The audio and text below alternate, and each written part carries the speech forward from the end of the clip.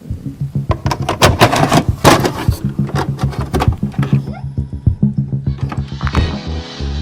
style, y'all. Insanity, insanity, whatever happened to humanity? Ooh.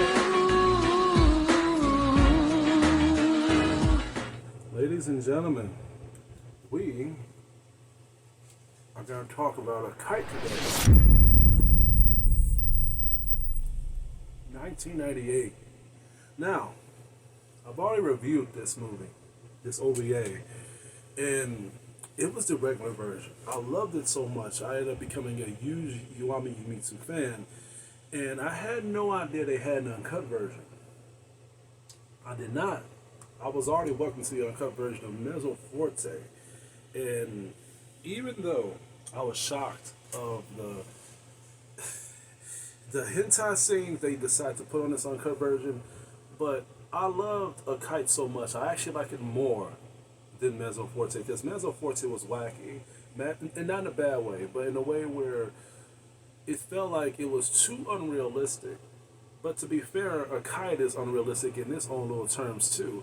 But at the same time, it pulls you in towards the character development, the story, and what it's giving us in the overall package. So, with all that, and by me finding out that they had an uncut version of this film, I was a little nervous because they had things on A Kite that needed to be addressed, which is the reason why I gave it the rating I did. And if you guys don't know, check out my regular review of this anime OVA so y'all can really be upfront and actually be aware of just how much I was geeking out when I first found out about A Kite.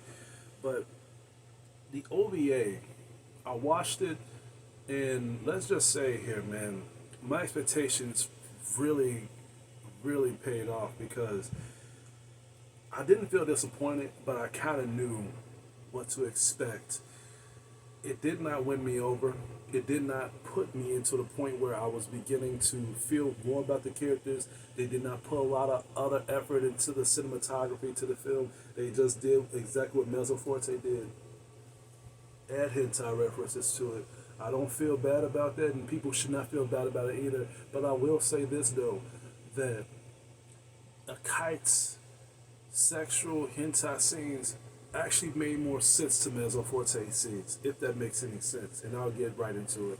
So, by me saying that, by people that loves A Kite 1998, and they're wondering if they should buy the uncut Blu-ray version, especially after what I talked about on Mezzo Forte, saying that the hentai scenes was not worth it, and I was telling people, if you are a diehard fan of Mezzo Forte, why you don't have it. The uncut version of A Kite is worth buying. It is worth buying. And the reason I'm saying that is because unlike Mezzo Forte, the sex scenes it actually made sense. It actually put some emotional references to the characters. And the characters I mean by Sawa and Akai. Sawa is a character who is basically a high mercenary to just take down her assigned targets. And Akai is a person who gives her the okay, let her know to get her facts straight, just put her in line. But at the same time, on the original version, they was trying to show like this connection between them two, and it didn't really add up. They show like some little still frame scenes of just her being naked, but they never show a Kai there. I just thought that she was just getting photos taken and people were selling them or whatever. Anybody would have thought about that, but they kind of want to make you get this idea that there was some sexual indication with these two. So the uncut version, they show that. Those scenes don't stand still no more. They move. And they move a lot. So I felt like that was necessary. I felt like, okay, so they was messing around in there, and I do feel some emotional connection between them two. So it's necessary to buy the uncut version so you can know exactly what's going on behind the scenes. But at the same time, it's a double-edged sword, because even though Mezzo 14 scenes was just a dream sequence, and at the same time it was just a scene that did not really stand out to the point where it really bought the film's terminology. But Mezzo Forte's hentai scenes was actually more gorier it was actually more intense than a kite. So I'll have to give it that. I have to give it that though. So I'll say this: by me watching a kite the second time on Uncut, by me seeing the actual emotional references between the characters, other than Abari, I liked Abari enough. I liked him enough for me to be pulled into the character. Sawa and Akai's character, I was pulled into them enough for me to actually feel the emotional drive between them two. So when shit got bad, I was like, okay, I actually feel the emotion. So I gave the original Kite a C because of the lack of chemistry, because of the lack of what we really began to understand with these characters. So they actually done pretty well with the service on here, but not to the point where I'd have to give it a full high praising number or a high praising letter if you give it that. I'm gonna have to give this a B. Guys, I like a kite so much. A kite is like one of those animes that is filled with so much crazy shit to it. And another reason why I'm saying that is definitely worth the purchase, the uncut version, is because it don't just have the wackiness, but it also have the context on there too. So it can be over top on all angles.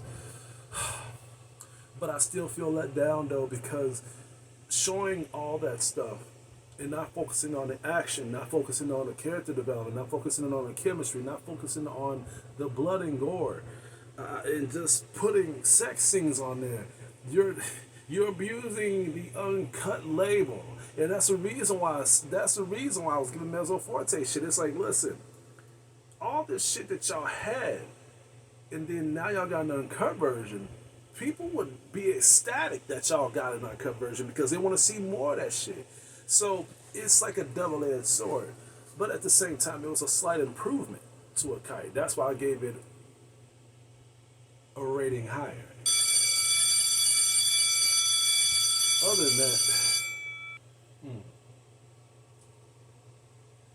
these black cigarettes really do hit hard. You can actually add your own fragrance to it. That's what I like most about them. This is strawberry lemon. Non-nicotine either. So you don't gotta worry about my teeth falling out. Other than that, that's all I have to say for today. Please stay tuned for my upcoming reviews and videos that enjoy. This is Hugo, your critic teacher. Oh man. I need some sleep. It's already 2:30 in the morning. You guys have a damn good day.